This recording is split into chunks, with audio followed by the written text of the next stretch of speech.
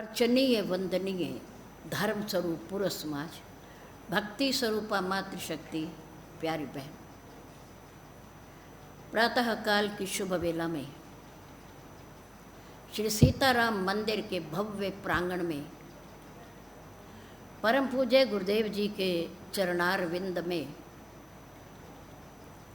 देवों में प्रथम पूज्य गणपति देव जी के सानिध्य में परम पिता परमात्मा को साक्षी मानते हुए अपने अपने पैरों की चौकड़ी लगाकर बैठते हुए, शरीर को सीधा रखते हुए, मन को अपने पास लाते हुए, चित्त वृत्ति को एकाग्र करके बैठते हुए, चेहरे को मंच की ओर रखते हुए, आंखें खोल कर बैठते हुए, शांति का दान देते हुए, किसी भी प्रकार की हलचल को रोकते हुए, धर्ममय वातावरण में समय का सदुपयोग करते हुए धर्म की चर्चा, जीवन सुधार की चर्चा, प्रभु की पवित्र पावनी चर्चा कहने और सुनने का प्रयास कीजिए। धन्यवाद। श्री सीताराम मंदिर के सम्मानित सभा के सदस्यों के द्वारा अपने इस पवित्र स्थान के वार्षिक उत्सव के उपलक्ष्य में रखे गए 7 दिन के समय में से आज तीसरा दिन है। भगवत कृपा और आपका सहयोग, पूज्य गुरुदेव जी का आशीर्वाद,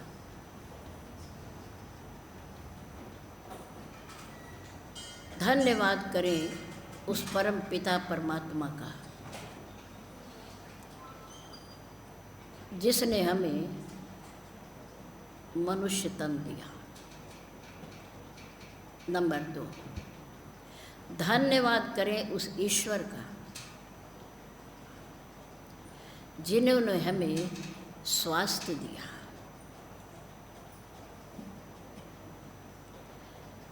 धन्यवाद करें उन महापुरुषों का और प्रभु का जिन्होंने हमें धर्म का मार्ग दिखाया। धन्यवाद करें उन पूज्य माता पिता का जिनकी कृपा से हम और आप इस अवस्था में महान पुरुषों की संगति प्राप्त करके धर्म के पथ पर चलने का प्रयास कर रहे हैं। धन्यवाद आपका, आप सबका, जो समय निकाल करके ऐसे कलयुग के समय में, व्यस्तता के समय में प्रभु के दरबार में आकर के 1 घंटे का समय देते हुए अपने जीवन को सार्थक कर रहे हैं।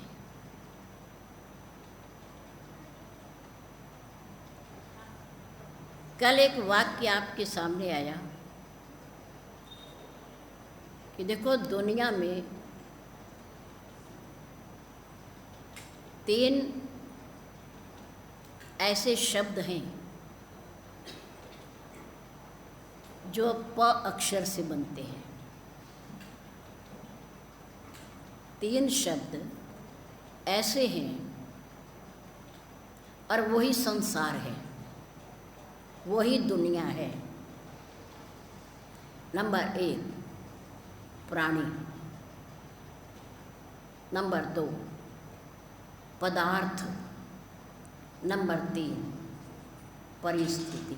थोड़ी आवाज़ कम कर दीजिए।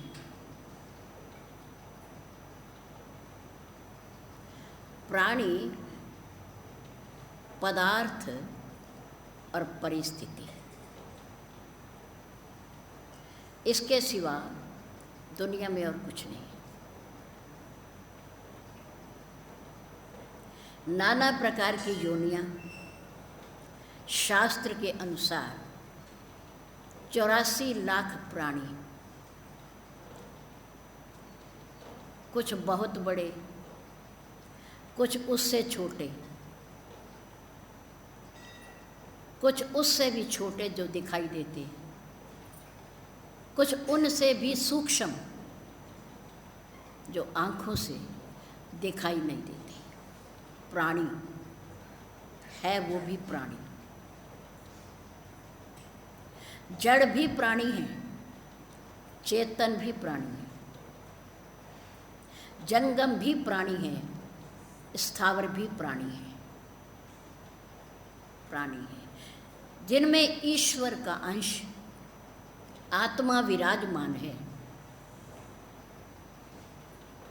वो प्राणी है। छोटे से छोटा जीव और बड़े से बड़ा प्राणी, सब प्राणियों की, जीव जंतुओं की संज्ञा में आते हैं। वृक्ष भी, इनमें भी ईश्वर का अंश है। क्यों? क्योंकि ये उगते हैं, बढ़ते हैं, फलते हैं, फूलते हैं। ये भी एक योनि है, जड़ योनि है। आप ये मत समझो कि हम बीज बोएंगे तो पौधा उगेगा। नहीं, बड़े बड़े पहाड़ों पर, पर्वतों पर आप कहाँ बीज बोने जाते हो? वह कौन बोता है? कौन सिंचाई करता है? कौन उनकी निराई करता है? वहाँ भी पौधे उगते हैं। पौधे जंगल में भी उगते हैं, पत्थरों पर भी उगते हैं, आपकी छत पर भी उग जाते हैं। आपके घरों में आप सफाई ना करें तो आपके फर्श में भी उग जाएंगे, यहाँ भी उग जाएंगे। ये भी एक योनि है। प्राणी, पदार्थ,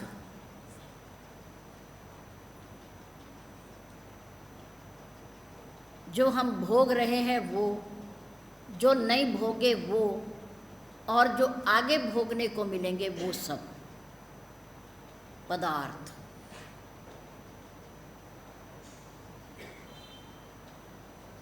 सकल पदार्थ है जग माही।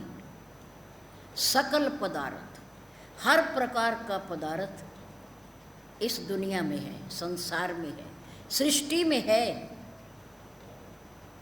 पर हमें वो ही मिलेगा जो हमारे भाग्य में है, जो हमारी किस्मत में है। बहुत कुछ, बहुत कुछ है। कई पदार्थ तो ऐसे जो हमने देखे भी नहीं, भोगे भी नहीं, और हर प्राणी को मिलते हैं ये। जड़ हो, चेतन हो, नभचर हो, जलतर हो, कोई हो, सबको परमात्मा पेट सबका भरता है, रहने की जगह सबको देता है।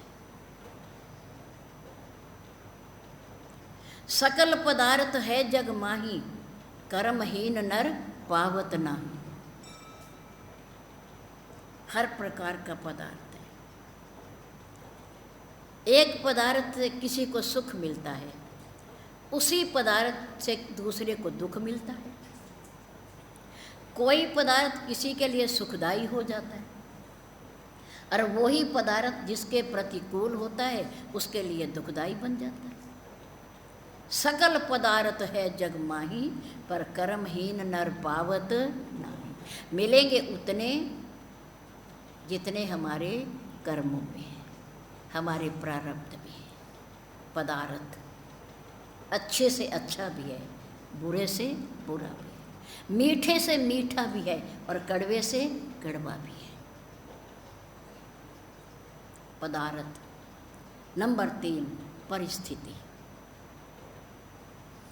घर के वातावरण के अनुसार, समाज में, व्यापार में, दुकान में समस्याओं का आना और जाना, दुख का आना और जाना, सुख का आना और जाना, अनुकूलता और प्रतिकूलता, परिस्थिति। किसानों के लिए वर्षा सुखदायी है,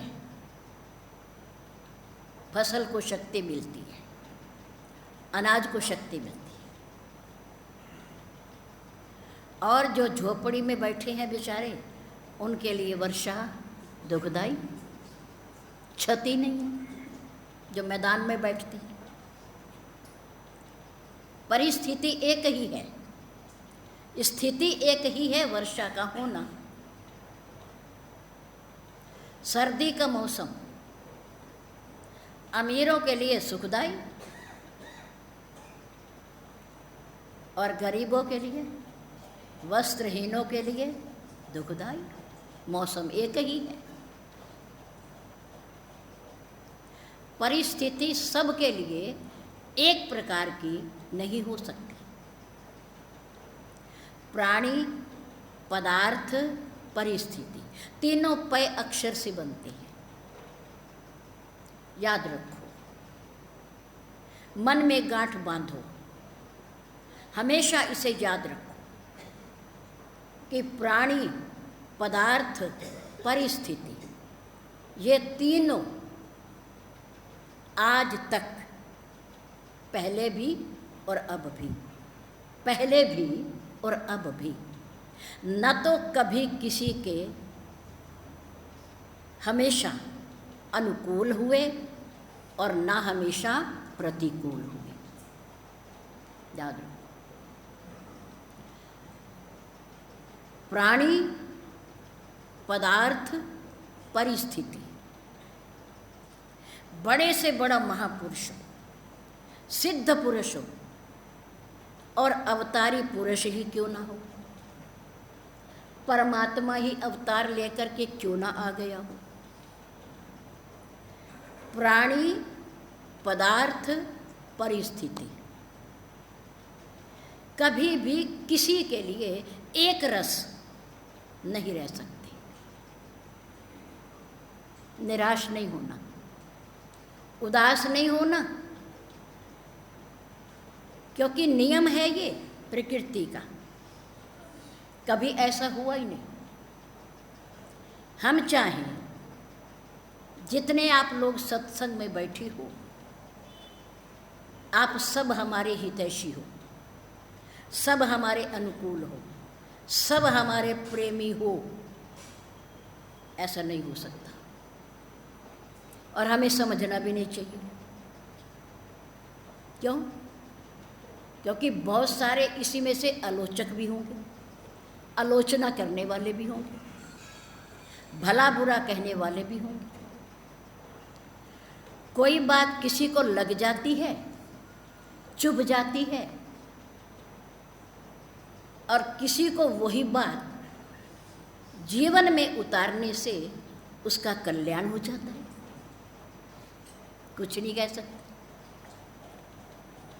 हम चाहें परिवार के जितने भी सदस्य हैं हमारे अनुकूल हो जाएं, हमारे बनकर रहें, हमारी आज्ञा का पालन करें, हमारा सहयोग करें, ऐसा भी नहीं हो सकता। परिवार, समाज तो बहुत दूर की बात है, मोहल्ले वाले पड़ोसी तो बहुत दूर की बात है, अपने परिवार में ही सभी हमारे अनुकूल नहीं हो सकते और सभी प्रतिकूल भी नहीं हो सकते। उनमें से एक आधा तो अनुकूल रह गए, मानने वाला हो गए। प्राणी, पदार्थ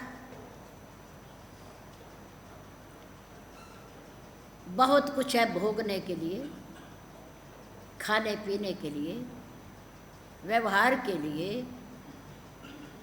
लेकिन सबके लिए सभी पदार्थ अनुकूल नहीं हो सकते और सभी के लिए प्रतिकूल भी नहीं हो सकते।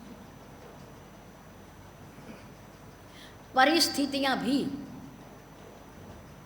सबके अनुकूल नहीं और सबके प्रतिकूल नहीं, तीनों बदलती रहती है, परिवर्तित होती रहती है, हमेशा एक सी नहीं रहती। प्राणी भी एक सा नहीं रहता, पदार्थ भी एक से नहीं रहते और परिस्थितियां भी हमेशा एक सी नहीं रहती, एक सी नहीं रहती। इसलिए निराश नहीं होना चाहिए, ये चलता रहता है। बड़े बड़े महापुरुषों के खिलाफ भी लोग हो जाते हैं, दुनिया हो जाती है, चाहे उन्हें लेना देना कुछ नहीं होता, कल्याण करना, भलाई करना सबकी। और कुछ तो ऐसे महापुरुष होते हैं कि जिन्हें अपना कोई स्वार्थ नहीं होता और वो समाज की भलाई इस प्रकार से करते हैं जिसे हम खामखा कहते हैं, कोई मतलब ही नहीं, पर उन्हें परमात्मा की प्रेरणा होती है समाज के लिए कुछ करने के लिए, वो करते रहते हैं। कोई सुनो या ना सुनो, कोई मानो या ना मानो, करते रहते। इसलिए संसार में रहते हुए हर व्यक्ति के लिए ना अनुकूल हो सकता है और ना कोई प्रतिकूल हो सकता है। पदार्थ, नाना प्रकार के पदार्थ हमारे लिए कुछ प्रतिकूल होते हैं और कुछ अनुकूल होते हैं। परिस्थितियां भी हमारे अनुकूल भी हो सकती हैं और प्रतिकूल भी हो सकती हैं, दोनों हो सकती हैं। पर परमात्मा का सहारा, उसका धन्यवाद, उसका शुक्रिया, जो मिल गया, जितना मिल गया। भगवान राम ने माँ शबरी को अपनी भक्ति का उपदेश देते हुए उसमें 8वीं भक्ति एक ऐसी भक्ति बताई कि जिसमें करना कुछ नहीं पड़ता। पहली भक्ति में तो संतों का संग करना पड़ता है, उनके सानिध्य में बैठना पड़ता है, और दूसरी भक्ति कथा को सुनना पड़ता है, सत्संग में जाना पड़ता है। तीसरी भक्ति है अपने सद्गुरुदेव जी के श्री चरण कमलों की सेवा करनी पड़ती है, उनकी आज्ञा का पालन करना पड़ता है।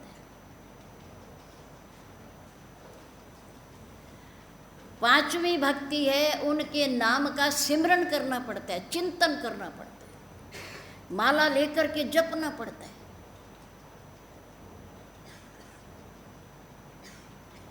और 6ठी भक्ति में संसार से वैराग्य, विरति, त्याग करना पड़ता है।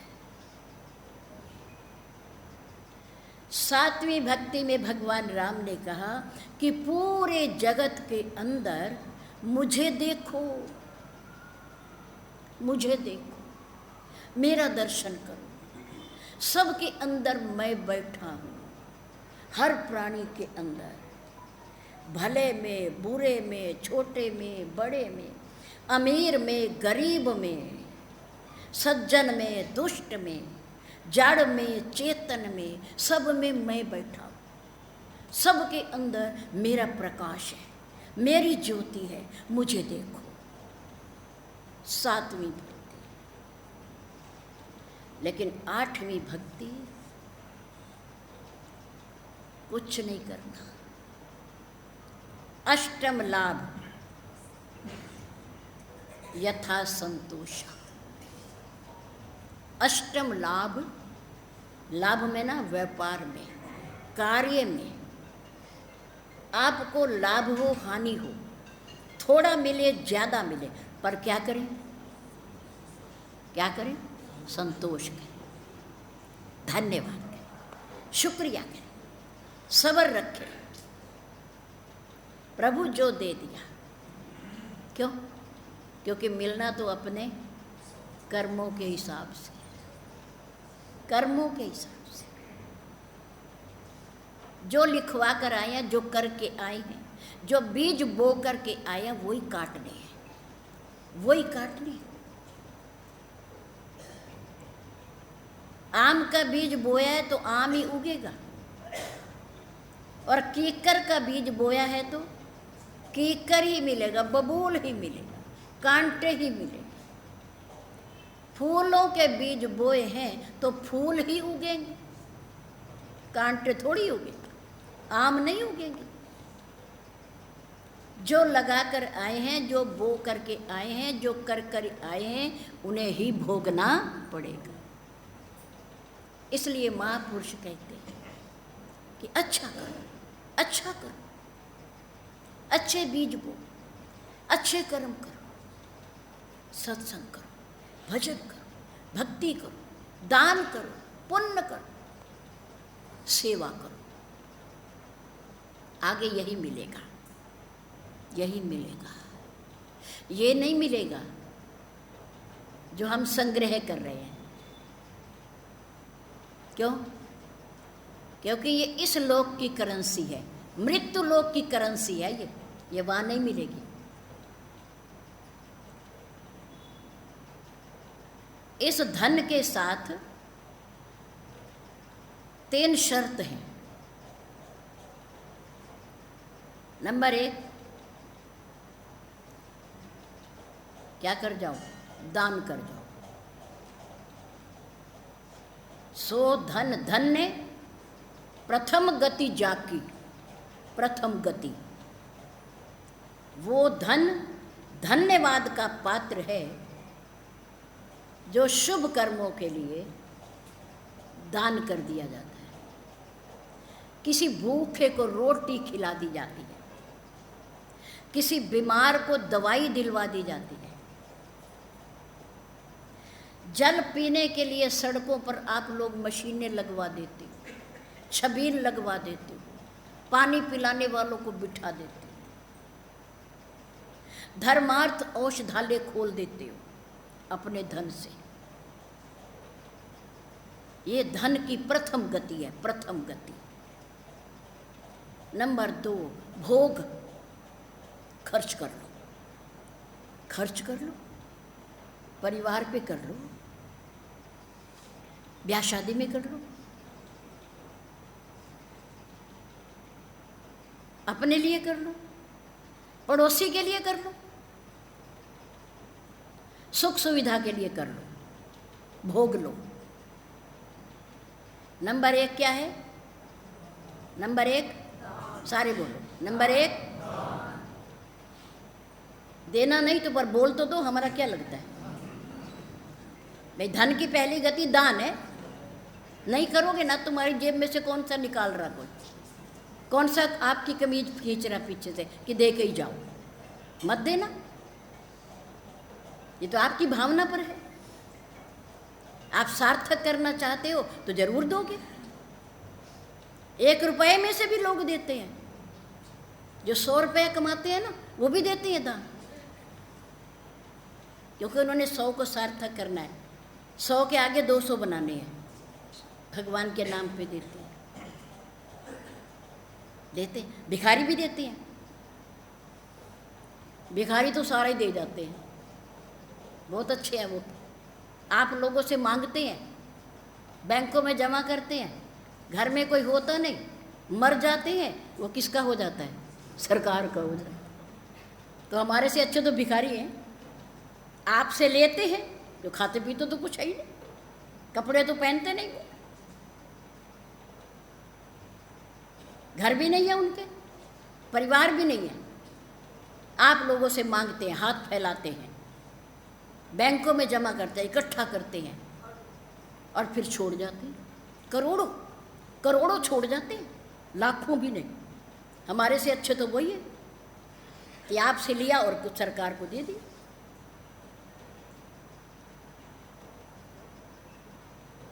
और भारत ही एक ऐसा देश है, भारत इस धरती पर, जहाँ भिखारी है।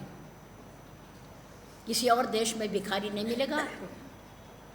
गए होंगे तो आप देखना, देखे होंगे आपने, कहीं मंदिर के आगे, कहीं गुरुद्वारे के आगे। मंदिर गुरुद्वारे वहाँ भी हैं विदेशों में, लेकिन वहाँ कोई भिखारी नहीं है। सब अपना कमाते हैं और खाते हैं, कमाते हैं और खाते हैं। छोटे से छोटा काम भी कर लेते हैं कमाने के लिए, खाने के लिए।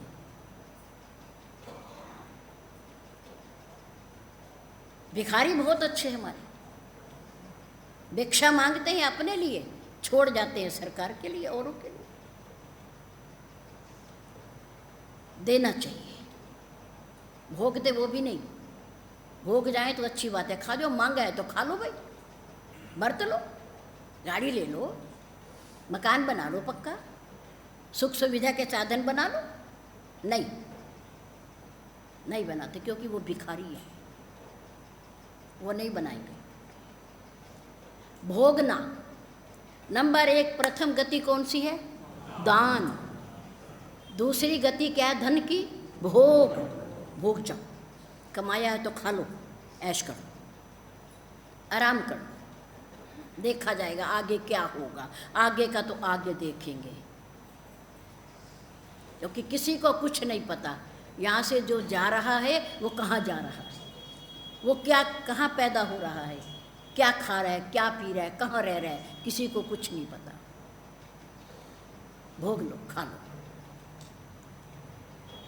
नंबर 1 दान नहीं करोगे, भोगोगे नहीं, कंजूसी करोगे, बच्चे भोगेंगे, बच्चे भोगेंगे। इनका कौन करेगा? हम ही तो करेंगे इनका। अगर नहीं करेंगे भोग और नहीं करेंगे दान, तो इस धन की तीसरी गति है नाश। नाश होना है वो। आप कौन सा आके देखोगे कि मंदिर बन रहे हैं उससे, हैं, संतों की सेवा हो रही है उससे, लंगर लगाए जा रहे हैं, आप कौन सा देखोगे? क्या पता जिसके लिए आपने इकट्ठा किया है वो जुआ खेल रहा हो, वो शराब पी रहा हो। क्यों? क्योंकि उसे तो बिना कमाए धन मिल गया, बिना कमाए धन मिल गया उसे, वो कुछ भी कर सकता है, उसे तो मेहनत ही नहीं करनी पड़ी, कुछ भी कर सकते हैं। तो आपको क्या पता है आगे जा कर के इसको लेना है, तो इसे दान कर जाओ। क्योंकि यहाँ जो इकट्ठा करोगे धन दौलत, बैंक में जमा करोगे, ये वहाँ नहीं मिलेगा। वहाँ की करेंसी कुछ और है, वहाँ नोट नहीं चलते। ये भोग हमने जो सुख सुविधा के साधन इकट्ठे किए हैं वो नहीं चलते वहाँ, वहाँ कुछ और मिलने वाला है। तो धन की 3 गति, दान कर जाएं या भोग जाएं। अगर दान नहीं किया, भोगा नहीं, तो तीसरी गति तो इसकी होनी ही है, नाश तो होना ही है, क्योंकि ये कभी स्थिर नहीं रहता। माया धन कभी स्थिर नहीं रहता। और 2 धन तो कभी स्थिर रहता ही नहीं। किसका? एक तो जमीन, जमीन, घर बेचो तो घर ले लो, जमीन ले लो, नहीं तो थोड़े दिनों में वो पैसा खत्म। आवश्यकताएं इतनी हैं, कामनाएं इतनी हैं हमारी, वो रहेगा नहीं। बेचा है तो आगे ले लो।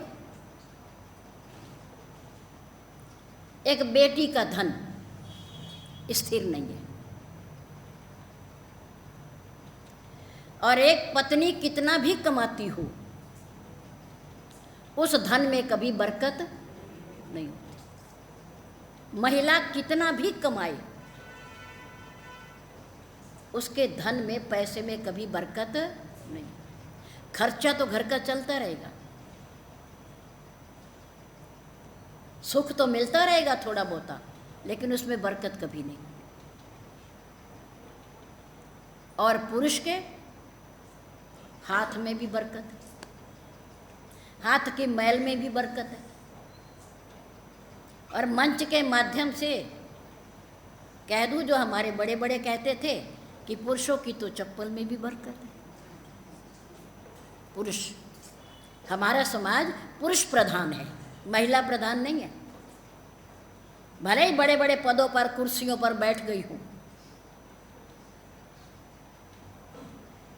अंतरिक्ष में भी जाने लगी हूँ, विमान भी चलाने लगी हूँ, बड़ी बड़ी डॉक्टर्स भी बन गई हूँ,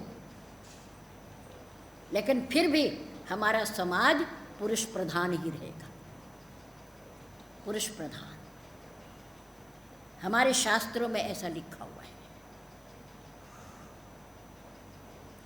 तो कितनी भी प्रतिकूल परिस्थिति आए, हमें घबराना नहीं है। आती है, महापुरुषों के ऊपर भी आती है, ज्ञानियों के ऊपर भी आती है, अवतारी पुरुषों के ऊपर भी आती है। भगवान राम के ऊपर क्या नहीं हुआ? भगवान श्री कृष्ण, वो देखो दुष्टों ने कितने कितने कष्ट दिए। छोटे से नन्हे से बालक को दुष्ट कंस ने मारने के लिए किसे भेज दिया? पूतना को भेज दिया। खामखा, भला क्या दुश्मनी है? कंस की नन्हे से बालक भगवान श्री कृष्ण से क्या दुश्मनी है? अभी तो उनका जन्म ही हुआ है, वो पैदा ही हुए हैं। थोड़े बड़े होने देते, फिर देखता। लेकिन बिना ही कारण मारने के लिए भेजे। वो तो परमात्मा है ना, ईश्वर है, उन्हें कौन मार सकता है? फिर बड़े बड़े हाथियों को भेज दिया।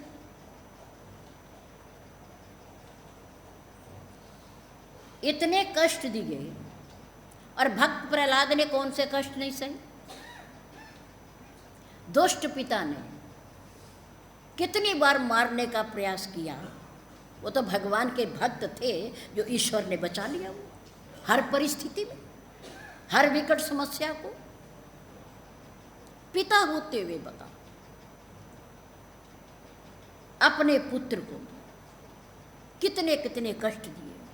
पर्वत से गिराया, जलते हुए खंभे को तैयार किया उसे मारने के लिए, अपनी बहन की गोदी में बिठा दिया अग्नि में जलाने के लिए। क्या नहीं किया? प्रतिकूल परिस्थितियां, लेकिन भगवान पर विश्वास, उस पर श्रद्धा। वो नहीं डोला, उसे नहीं डोलने दिया कि इस खंभे में भी है मेरा परमात्मा। अगर तू पर्वत से गिरा रहा है तो उस भक्त को कोई बचाने वाला भी है, बचाने वाला भी है। क्योंकि मारने वाले से अधिक लंबे हाथ किसके होते हैं? बचाने वाले के होते हैं, बचाने वाले के। चिंता ना किया करो, घबराया न करो। जैसे हमेशा अनुकूलता नहीं रहती, ऐसे हमेशा प्रतिकूलता भी नहीं रहती। सुख नहीं रहता तो दुख भी नहीं रहता। विचलित नहीं होना चाहिए, घबराना नहीं चाहिए।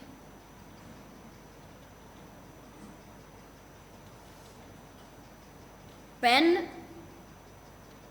कभी लिखता है तो उसका लिखा हुआ कोई मिटा नहीं सकता। पेन, चाहे वो स्याही का हो, चाहे बॉल पेन, उसका लिखा हुआ कोई मिटा नहीं सकता। लेकिन पेंसिल जब भी लिखती है, पेंसिल जब भी लिखती है, अगर उससे गलत लिखा गया तो उसे मिटाने के लिए उसके पास एक अच्छा मित्र है। कौन? पेन के साथ कोई नहीं है। पेन के साथ किसी का नाम लिया जाता है? पेंसिल के साथ नाम लिया जाता है, किसका? रबड़ का। पेन के साथ कोई नहीं है, अकेला है। लेकिन पेंसिल जब भी लिखती है उसका मित्र देखता है रबड़, किसने सही लिखा या गलत। अगर गलत लिखा होता है, अनुचित होता है, तो रबड़ उसे मिटाकर साफ कर देता है। अच्छा मित्र। पेन का लिखा हुआ कोई नहीं मिटा सकता, पर पेंसिल का लिखा हुआ मिटा सकते हैं। आप कहोगे एक वो अब एक दवाई सी चल पड़ी है, वो पेन का लिखा हुआ भी मिटा देता है, पर उसकी जगह निशान पड़ जाता है, चिन्ह पड़ जाता है, पता चल जाता है कि ये पेन का लिखा हुआ मिटाया गया है, मिटाया गया है। लेकिन रबड़ ऐसा मिटाता है कि उसकी जगह पर दोबारा भी लिख लो तो पता नहीं चलता, पता नहीं चलता। एक अच्छा मित्र जीवन में यदि कोई होता है हमारे साथ, तो हमारी गलतियों को सुधार देता है, हमें अच्छा बनाने का प्रयास करता है,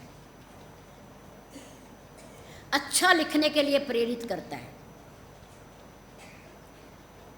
भगवान राम ने सुग्रीव को एक बात कही, जब मित्रता की उनसे, मित्र बनाया, तो भगवान राम ने कहा, देखो भाई सुग्रीव, तुम्हारी और मेरी समस्या एक सी है।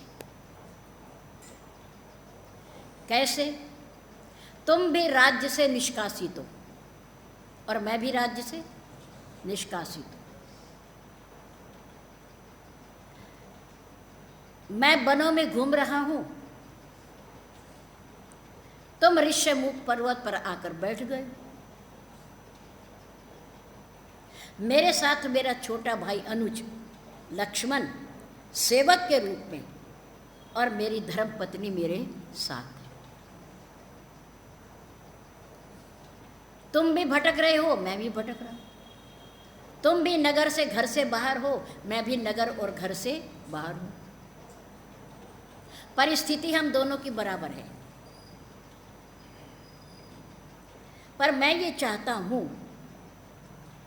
कि अपने मित्र के दुख को पहले दूर किया जाए, अपने को बाद में। उन्होंने उसके सामने एक प्रतिज्ञा की कि सुन सुग्रीव, मैं मारी हूं, प्रतिज्ञा करता हूं, क्योंकि तुम्हें मैंने मित्र बना लिया, सखा बना लिया है। अब मैं ये समझता हूं, मर्यादा ये कहती है, धर्म ये कहता है कि अगर किसी के मित्र बनो तो मित्र के दुख को दुख और मित्र के सुख को सुख मानो, मित्र की खुशी को खुशी मानो। तुम मेरे मित्र बन गए हो, मैंने तुम्हें सखा बनाया है अग्नि को साक्षी मानकर, तो आज से तुम्हारा दुख मेरा दुख, तुम्हारी खुशी मेरी खुशी, तुम्हारा सुख मेरा सुख। तो सबसे पहले मैं आपका दुख दूर करूंगा, क्योंकि मेरा फर्ज है, मेरा फर्ज है। जे न मित्र दुख होई दुखारी। अगर मित्र किसी को बनाने के बाद उस मित्र के दुख में हम शामिल नहीं होते, उसके दुख को यथाशक्ति दूर करने का प्रयास नहीं करते, तो उस मित्र के दर्शन करने से भी पाप लगता है, पाप लगता है। ये रामायण में लिखा हुआ है, जे न मित्र दुख होई दुखारी, तिन ही बिलोकत पातक भारी। बड़ा भारी पाप लगता है ऐसे मित्र के दर्शन करने से, वह मित्र कहलाने के योग्य नहीं है, नहीं है। और मित्र क्या करे? गुण प्रगट ही। मित्र का क्या कर्तव्य है? अगर किसी से मित्रता हो गई है, कोई हमारा मित्र बन गया है, या हमने किसी को अपना मित्र बना लिया है, तो हृदय से, दिल से बनाओ, दिल से बनाओ। गुण प्रगट ही, अब गुण ही दुरावई। क्या करे? उसके गुणों को तो प्रकट करे, चाहे गुण थोड़े हों और अवगुण ज़्यादा हो, दोष ज़्यादा हो, गुण कम हो, तो भी वो जहाँ तहाँ अपने मित्र के गुणों की प्रशंसा करे, गुण बताए, मेरा मित्र बड़ा अच्छा है, बड़ा अच्छा है, थोड़े में ही संतुष्ट है, जितना मिल जाता है उसी में खुश है, अपने परिवार को चला रहा है, किसी के आगे हाथ नहीं फैलाता, किसी को कष्ट नहीं देता, बड़ा ईमानदार है, बहुत सज्जन है, बहुत सज्जन, और मेरे तो हर काम में खड़ा रहता है, खड़ा रहता है, भले ही वो आए या ना आए। भला जो 100 रुपया कमाएगा वो 500 वाले की क्या सहायता करेगा? पर गुण प्रगट ही, अवगुण ही दुरावही, अवगुणों को, बुराइयों को छिपाए, उसे न प्रकट करे, उसका अपमान ना करे, उसकी बेइज्जती ना करे, बल्कि दूसरों के सामने उसका सम्मान करे, उसके गुणों का बखान करे, उसकी महिमा को बताए, उसकी अच्छाइयों को बताए, ताकि सुनने वाला भी अच्छा बन जाए, अच्छा बन जाए, और उसके जीवन की बुराइयों को अगर वो सुधारना चाहता है तो एक एकांत में कक्ष में आकर के, जैसे दर्पण, जैसे शीशा, मनुष्य के लगे हुए वस्त्र पर, मुख पर दाग को अकेले में बताता है, सबके सामने नहीं बताता, अकेले में चुपचाप उसे बता देता है, देखो मित्र, तेरे चेहरे पर यह कमी है, या गंदगी लगी है, तेरे बाल ठीक नहीं है, तेरे वस्त्र ठीक नहीं है, इन पे दाग लगाओ, मैले हैं ये, इन्हें पहनकर बाहर मत जाओ। शीशा व्यक्ति का एक सच्चा मित्र होता है, सच्चा मित्र। राजा दशरथ ने शीशा उठाया था, शीशे के अंदर उन्होंने केवल अपने बाहरी शरीर को ही नहीं देखा, अंदर की आत्मा को भी देख लिया, अंदर की आत्मा को भी देख लिया। प्रेरणा ली शीशे से कि मेरा मुकुट टेढ़ा हो गया, और जहाँ से मुकुट टेढ़ा हुआ वहाँ सफ़ेद बाल है। सफ़ेद बाल का क्या आदेश है कि अब शरीर पर बुढ़ापा आ गया है, आ गया है, अब तुम्हें भगवान का भजन करना चाहिए, ईश्वर का चिंतन, भक्ति करो, भक्ति करो, भोगों का त्याग करो, एकांत में बैठकर प्रभु का भजन करो। बहुत हो गया, बहुत भोग लिए, बहुत कुछ कर लिया जीवन में, अब ईश्वर का भजन करो, चिंतन करो। शीशे से उन्होंने शिक्षा ली। शीशा व्यक्ति का सच्चा मित्र होता है, वो उसकी बुराई को एकांत में बताता है, सबके सामने मनादी नहीं करता, और शीशा देखने वाला उस बुराई को दूर कर लेता है। ऐसे ही एक सच्चा मित्र अपने मित्र की बुराई को, यदि वो उसका हित चाहता है, सम्मान करता है, तो उसे एकांत में ले जा कर के समझाता है, देखो भाई, तेरा परिवार है, तेरे बच्चे हैं, धीरे धीरे बच्चे बड़े हो रहे हैं, तुम शराब पीनी छोड़ दो, तुम्हारे बच्चे देखेंगे तो वो पीना शुरू कर देंगे, तुम उन्हें अच्छे गुण दो, अच्छे संस्कार दो, उनके सामने बैठ कर के शराब ना पिया करो, धन को बचाओ, उनके लिए बचाओ, उनके भविष्य के लिए बचाओ, उन्हें पढ़ाओ, उन्हें योग्य बनाओ, जुआ ना खेला करो, बहुत मुश्किल से धन आता है, इसे बचाओ बच्चों के लिए। शराब ना पिया करो, नशा ना किया करो, नशा व्यक्ति को गिराता है, इसकी स्थिति और परिस्थिति को बदल देता है। नशा अच्छा नहीं होता जीवन में, नशे में व्यक्ति गिरता है, गिरता है। तुम उठो, इस धन का सदुपयोग करो। वो समझाता है अच्छा मित्र। अच्छा मित्र दूसरे मित्र को, जिसके जीवन में अगर एक आधी कमी भी है तो उसे वो एकांत में ले जाकर समझाता है, उसकी बेइज्जती नहीं करता। देखो वो शराब पी के रोज पड़ा रहता है, जुआ खेलता है, धन को खराब कर रहा है, 4 लोगों के सामने नहीं कहता, सामने नहीं कहता। किसी की बुराई अगर आप देखो, वैसे तो देखनी नहीं चाहिए। भगवान राम ने कहा अष्टम लाभ यथा संतोष, सपने नहीं देखई पर दोषा, निज दोषा। अपने दोष तो देखो, पर दोषा, दूसरों के दोषों को ना देखो। पर अपने दोष तो कुछ नहीं, रस तो दूसरों के दोषों में आता है, अपने दोषों में कहाँ आता है।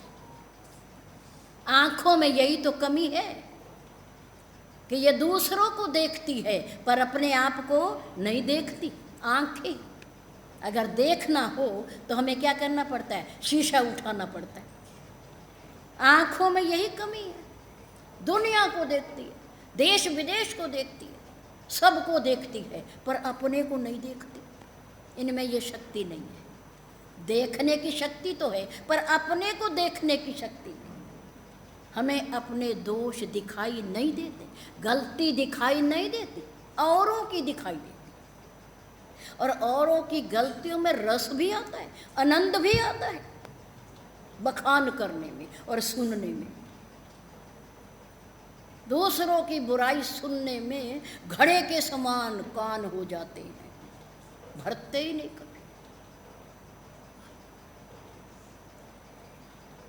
बुराई करने से किसी की अगर है तो भी अनदेखा करो, अनदेखा करो।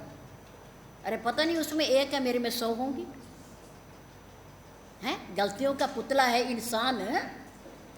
गलती करता नहीं पर गलती हो जाती है।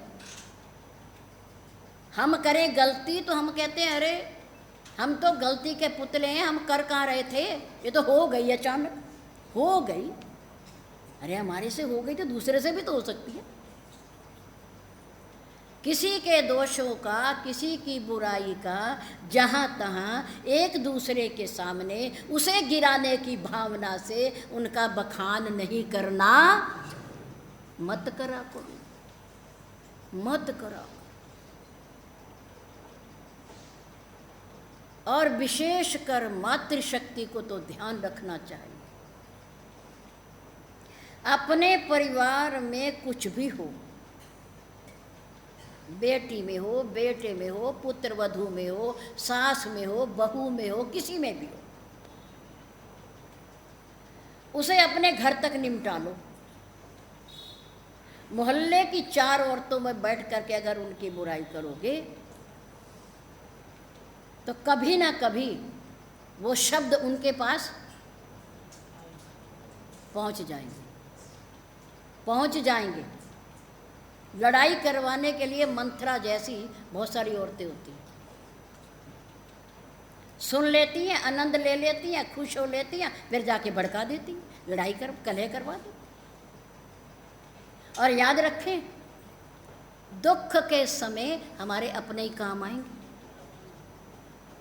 अपने काम आएंगे। हमारी पुत्र वधू, हमारे बेटे, हमारी बेटियां ही सेवा करेंगी और कोई नहीं करने का। बाकी तो सब पूछने आ जाएंगे कैसे हो कैसे हो, पर सेवा कौन करेगा? घर वाले ही करेंगे। अगर अब नहीं पूछ रहे, बीमार होने पे तो पूछेंगे, कैसे भी पूछेंगे, ऐसी बात नहीं।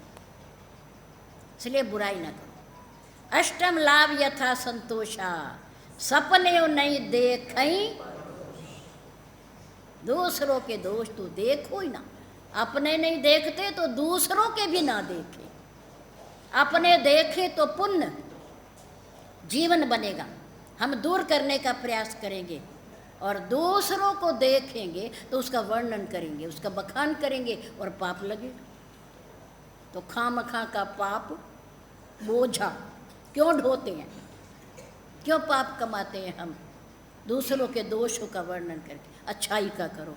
अरे 100 दोष हैं पर एक तो अच्छाई होगी क्या? नहीं होगी। वे बिल्कुल ही दुष्ट है, अच्छाई है, ऐसी बात नहीं। जहाँ बुराई है वहाँ अच्छाई है, क्योंकि ये दुनिया द्वंद्वमय है, द्वैतमय है। जोड़े से बनती है ये दुनिया, जोड़े से। यहाँ पति के साथ कौन है? पत्नी। भाई के साथ कौन है? बहन। माता के साथ कौन है? पिता। गुरु के साथ कौन है? शिष्य। परमात्मा के साथ कौन है? भक्त है, सेवक है। जोड़ा, जोड़ा। आने के साथ क्या है? जाना। सुख के साथ क्या है? दुख। अनुकूलता के साथ क्या है? प्रतिकूलता। जोड़ा। जोड़े के बिना कोई भी नहीं है आज इस दुनिया में। दुनिया में द्वैत है, द्वंद्व है, मिलना है, इसके साथ क्या है? बिछुड़ना है। प्रेम है, घृणा है, द्वेष है। जोड़ा, हर चीज का जोड़ा है। इसे अलग नहीं कर सकते हम, जोड़े को अलग नहीं कर सकते। हाँ, इतना है कि सुख आया, थोड़े दिन में वो नहीं रहा, फिर दुख आ गया, कष्ट आ गया। तो जैसे सुख नहीं रहा ऐसे दुख भी नहीं रहे। पर एक शब्द ऐसा है जिसका जोड़ा नहीं है, जिसका जोड़ा, जिसका कोई प्रतिद्वंदी नहीं है। वो शब्द क्या है? हाँ, वाह भाई, वो शब्द क्या है? क्या शब्द है? वो दुनिया वालों के पास नहीं है, इस दुनिया में है ही नहीं। वो किसके पास है? परमात्मा के पास है। जय श्री राम, जय श्री राम, जय श्री राम, जय। परमात्मा कहाँ बैठा है? यहाँ बैठे। तो आनंद भी, आनंद भी यही है। अनुभव किया करो, अनुभूति किया करो। सुख दुख को मत देखो, ये आएंगे और जाएंगे, आएंगे और अनुकूलता प्रतिकूलता आएगी और जाएगी। लेकिन आनंद एक ऐसा शब्द है जिसका कोई ना प्रतिद्वंदी है ना कोई विरोधी शब्द है। वो यहाँ है, अंदर है हमारे। लेकिन उसकी हमने कभी खोज ही नहीं की, कभी खोजा ही नहीं। हम दुख और सुख तक रह गए, पानी के ऊपर चिकनाई की तरह। चिकनाई पानी में एकाकार नहीं होती, ऊपर तैरती रहती है। ऐसे ही हम और आप दुनिया में पानी में चिकनाई की तरह तैर रहे हैं, अंदर नहीं जाते, अंदर नहीं जाते, अंतर्मुख नहीं होते। हम देखते नहीं। महापुरुषों के पास सुख दुख होता है, पर उनका आनंद उनके पास होता है, पास होता है। वो अपने आनंद को कहीं खोते नहीं, कहीं जाने नहीं देते। दुनिया में दुख और सुख तो चलता ही रहता है, गाली प्रशंसा तो चलती रहती है, मान अपमान तो चलता ही रहता है, अच्छाई और बुराई तो चलती रहती है, पर उनका आनंद उनके पास रहता है। वो इसलिए कभी विचलित नहीं होते, कभी घबराते नहीं। हम घबरा जाते हैं क्योंकि हम उस आनंद को देखते देखते वो हमारे अंदर है। कभी अंदर झांक के देखो, कभी अंतर्मुख होकर के देखो, एकांत में बैठकर प्रभु का ध्यान करके देखो। मन मुस्काई भानुकुल भानु, राम सहज आनंद निधान। आज दशरथ रो रहे हैं, दशरथ रो रहे हैं क्योंकि दशरथ राजा हैं, राम के पिता हैं। वो दुखी भी होते हैं और सुखी भी होते हैं। पुत्र का जन्म सुन करके राजा दशरथ खुश हो गए, प्रसन्न हो गए। कहा बुलाई बजावहु बाजा, परमानंद पूरी मन राजा। सुना मेरे घर पुत्र आया, बेटा हुआ, आनंदित हो गए, खुश हो गए, प्रसन्न हो गए। मेरे गृह आवा प्रभु सोई। क्या वही परम पिता परमात्मा मेरे घर में बेटा बन करके आ गया? आओ, ढोल बजाओ, बाजे बजाओ, खुशी मनाओ, मिठाई बांटो, मिठाई बांटो। और वो जो आया है वो रो रहा है, वो पार ब्रह्म रो रहा है, क्योंकि बालक है ना, जन्म हुआ है। जन्म होते तो बड़े हो गए, विराट बन गए। माँ कौशल्या ने कहा, अरे इतने बड़े को मैं गोदी में कैसे बिठाऊं, अपने पास कैसे सुलाऊं? आप छोटे छोटे हो जाओ, नन्हे बन जाओ। प्रभु ने कहा, अच्छा, मेरा तो भक्त जैसा मुझे कहता रहेगा मैं वैसा बनता रहूंगा। नन्हे बन गए, नन्हे बन गए, माँ के पास लेट गए चुपचाप। अब माँ ने कहा, चुपचाप क्या लेटे हो, अब रोने लगो, अब बड़े से छोटे हो गए, अब रो ना। प्रभु ने कहा, मैं क्यों रोऊं, मुझे क्या कष्ट है, मुझे क्या दुख है? दुखी व्यक्ति रोता है, कष्ट में व्यक्ति रोता है, मैं क्यों रोऊं? अरे नहीं, कष्ट नहीं, ये प्रकृति का नियम है कि जब बच्चा होता है तो बाहर आते ही वो रोने लगता है। अच्छा, तो मायापति को माया लिपटा रही हो, मैं रोऊं, मैं क्यों रोऊं? अच्छा, वो ये है कि आप रोओगे ना, तुम रोओगे ना तो बाहर पता चल जाएगा बच्चा हुआ है, बच्चा हुआ है, और बाहर ढोल बजेंगे, लोग नाचेंगे, गाएंगे, मिठाई बटेगी, क्योंकि चौथेपन में आए हो। चौथेपन में पहली किलकारी है आपके यहाँ इन महलों में, इसलिए रो, बाहर पता चल जाए।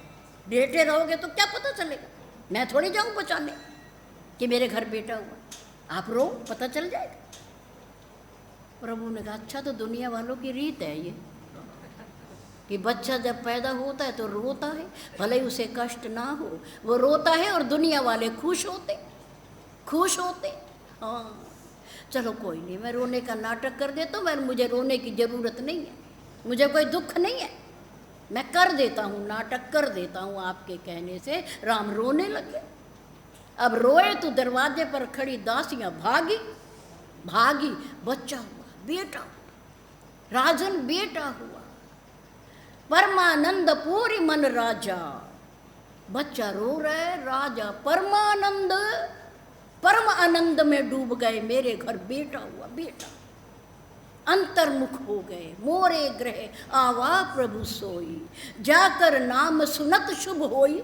जिसका नाम सुनने मात्र से कल्याण ही कल्याण है, ऐसा प्रभु मेरे घर आया और बच्चा बन गया। परमानंद पूरी मन राजा, कहा बुलाई बजाओ बाजा। क्या चुपचाप खड़े हो, बाजे बजाओ, ढोल बजाओ, जनता को पता चल जाए आज मेरे घर पुत्र हुआ है। राजा दुखी भी होते, सुखी भी होते। आज राजा खुश है, राम वनवास जाने को तैयार चले गए। अब राजा दशरथ रो रहे हैं, राजा दशरथ रो रहे हैं। क्यों? कि राज सुनाई दीन बनवासु, सुनि मन भयहु न हर्ष हो रास। सो सुत बिछरत, अरे दशरथ, ऐसा बेटा खो करके तू मरा नहीं, तेरे प्राण नहीं निकले। राज सुनाई दीन बनवासु, राज सुनाया था, मुकुट सिर पे रखना था, शाही वस्त्र पहनाने थे, वलकल पहना के भेज दिया, तपस्वी भेष में घर से निकाल दिया बच्चे को। अरे दशरथ, तेरा दिल कितना कठोर है, लेकिन मेरे राम बड़े आनंदित हैं। मन मुस्काई भानुकुल भानु, राम सहज आनंद निधान। मेरे राम के पास आनंद है, पर राजा दशरथ के पास सुख और दुख है, आनंद नहीं है, वहाँ सुख और दुख है। सुख और दुख तो आते जाते रहेंगे, पर आनंद एक ऐसा शब्द है जो आकर के फिर जाएगा नहीं और मिलेगा कहाँ? भगवान की भक्ति से, उसके चिंतन से। उसे अपना साथी बनाइए, उसे अपना मित्र बनाइए। भगवान राम ने मित्र सुग्रीव के लिए क्या किया, इसकी चर्चा कल होगी। धन्यवाद।